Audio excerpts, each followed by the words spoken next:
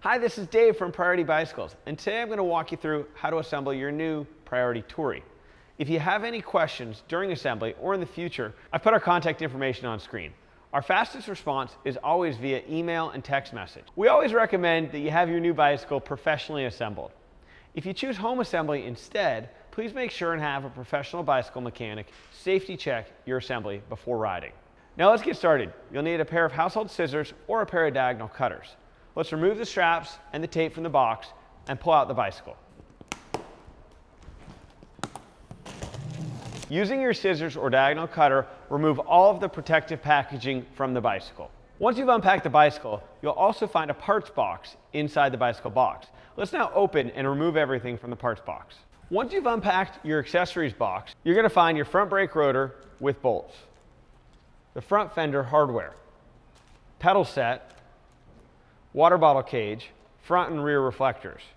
You'll have a 15mm and a 10mm open-end wrench, a 6, 5, and 4mm Allen wrench, a Torx wrench, and 3 black cable ties. You'll also have an instruction kit and user manual. Now is a great time to review all of the contents of your user's manual. We recommend you reviewing this before assembly and before riding. Now, let's unpack the brake rotor and bolts. Use our Torx wrench to install the brake rotor onto the front wheel.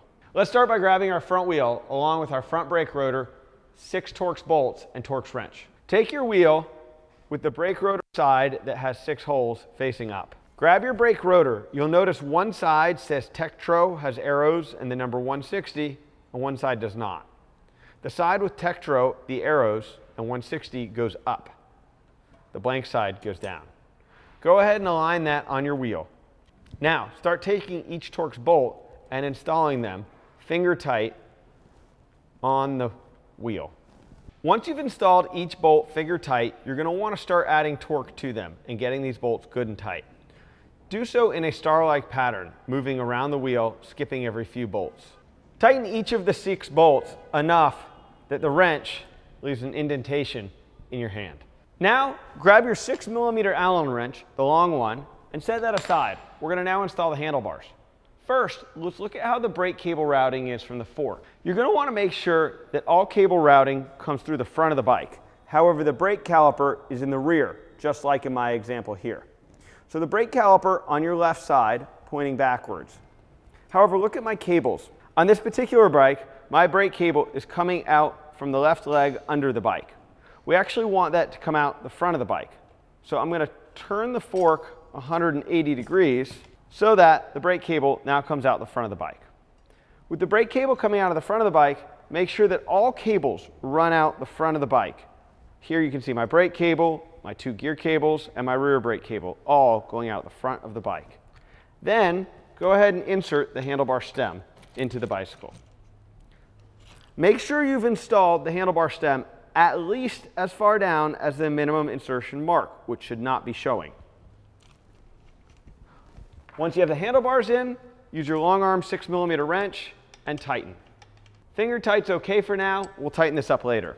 Doing this, your brake cable may pop out of its holder, so you can go ahead and put it right back in. Using your 6mm wrench, now loosen the pinch bolt at the top of the stem here by the handlebars. Rotate your handlebars forward so that the gear indicator is facing back and the brake levers are at a nice angle. And tighten. Tighten the handlebars enough that the wrench leaves an indentation in the palm of your hand. Now get your 15mm wrench and let's move on to the front wheel. First, you need to remove 2 pieces of protective packaging from your front wheel. If you have the solid axle, you can go ahead and loosen both axle nuts and pull it out. This is only used for shipping and can be discarded. Then remove the brake pad holder here by pulling straight out. Now, loosen on each side of the wheel the axle nuts significantly. We're going to need to loosen these enough that they can slide right in between the fork dropouts. On both sides of the wheel, push the washers all the way to the outside. Then, making sure that you properly align the disc rotor into the disc brake caliper, slide the wheel into the fork dropouts. You'll notice that my brake rotor went right in between the brake pads. On each side, all 3 washers go to the outside. You're going to want to take the hook washer and put it directly inside the small hole in the fork dropout. And then hand tighten. Ensuring that the wheel is center in the fork, tighten both sides. Go back and forth, tightening both sides, adding torque, and then tighten enough that the wrench leaves an indentation in the palm of your hand. Let's now put the bicycle on its kickstand. To use this double kickstand, take one foot and push down on the kickstand. When it hits the ground, hold your foot in place and move the bike back. With the bike securely on its kickstand, let's go ahead and install the seat. Start by opening the quick release lever. Then slide the seat and seat post into the bicycle frame.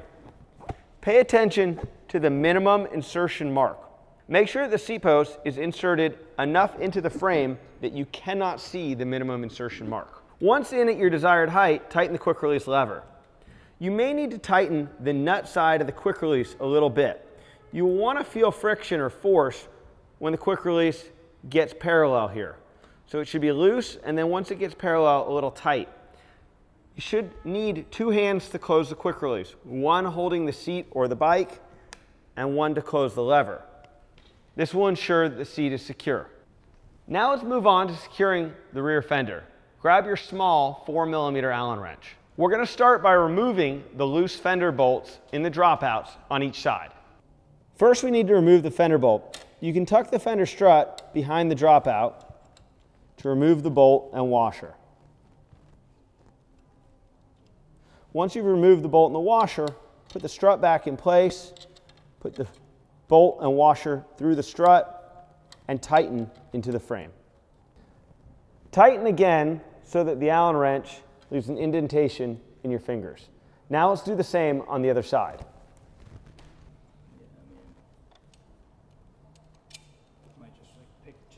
Now we need to tighten the fender bridge. With one hand, hold up the fender. Put the closed end of the wrench over the nut. And using a household screwdriver, tighten.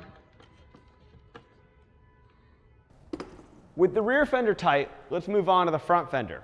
You're going to need the front fender, the hardware kit that came with it, the 5mm Allen, and the 10mm open-end wrench. Unpack your fender hardware, a bolt, nut, and some washers. Remove the rear nut, one of the flat washers, and the concave washer. Grab the long fender bolt and one flat washer. Then grab your fender. Make sure to remove the protective plastic cover. Take the fender around the back of the bicycle and slide the front of the fender through the fork, ensuring that both fender struts go to the outside. Grab your bolt and one washer, put it through the front of the fork, and then rest the fender on the bolt. Grab the concave washer. With the concave side facing towards the fork, remove the fender briefly and slide the concave washer onto the bolt. Then add the fender. Add an additional washer and the 10mm bolt. Now, grab your 5mm Allen wrench and your 10mm open-end wrench. With one hand, push the fender up and make sure it's center. Then, while holding the 10mm nut in place, tighten the bolt. You'll need to hold the nut while you turn the bolt and ensure that the threads of the bolt come out at the end of the nut.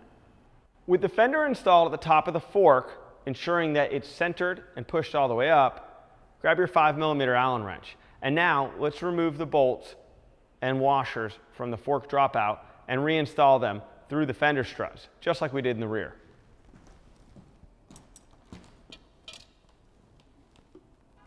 Once the nut and washer are removed, stick them through the fender strut and screw that into the fork.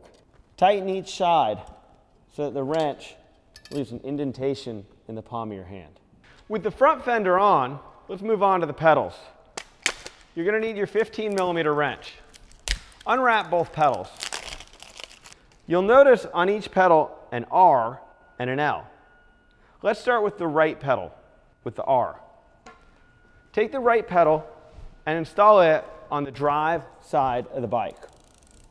You'll want to turn clockwise or towards the front of the bike to install the right pedal. First, tighten by hand. Then grab your 15mm wrench and finish with the wrench. You do need to make sure that your pedals are really tight on the bicycle. To do so, with one hand, secure the pedal, and with another hand, push really hard on the wrench. You're going to want to make sure that your pedals are really tight on the crank arms. To do so, brace the bicycle with one hand, and with the other hand, put significant torque into tightening. Doing so should leave an indentation in your hand. Again, with the left pedal, it's reverse threaded. Turn towards the front of the bike, which is counterclockwise this time. Again, you'll want to put significant torque into tightening the pedal onto the crank arm. The wrench should leave an indentation in the palm of your hand. Let's move on to installing your water bottle cage.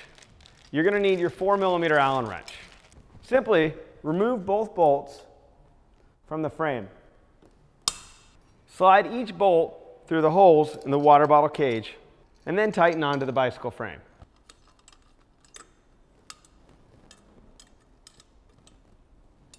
Now grab a household Phillips screwdriver and we're going to install the front and rear reflectors. Let's start with the front reflector.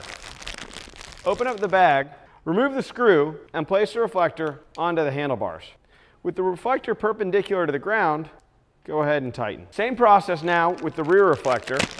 Remove the screw, slide it around the seat post, and tighten. For today's assembly, you will not need the cable ties that came in the package. Now is a good time to ensure your handlebar stem is straight and that your handlebars are at their desired angle. You may need to use your 10mm wrench to adjust your fenders. You'll want to make sure that your fenders are not rubbing on the tire. Check your brakes. Make sure that your disc rotors are not rubbing. If you need help adjusting your disc brakes, check our other video online about adjusting disc brakes. Now go through every nut and bolt on the bike. Go through the ones we touched today and the ones we didn't touch today. Make sure that everything's properly tightened. Torque specifications can be found in the appendix of your owner's manual. Before you ride, we do recommend that you have a professional bicycle mechanic safety check your bike to make sure it's safe. If you have any questions now or in the future, our contact information is on screen. We're always quickest to respond to email and text message. We look forward to hearing from you if you need anything, and we hope you love your new Priority Turi as much as we do.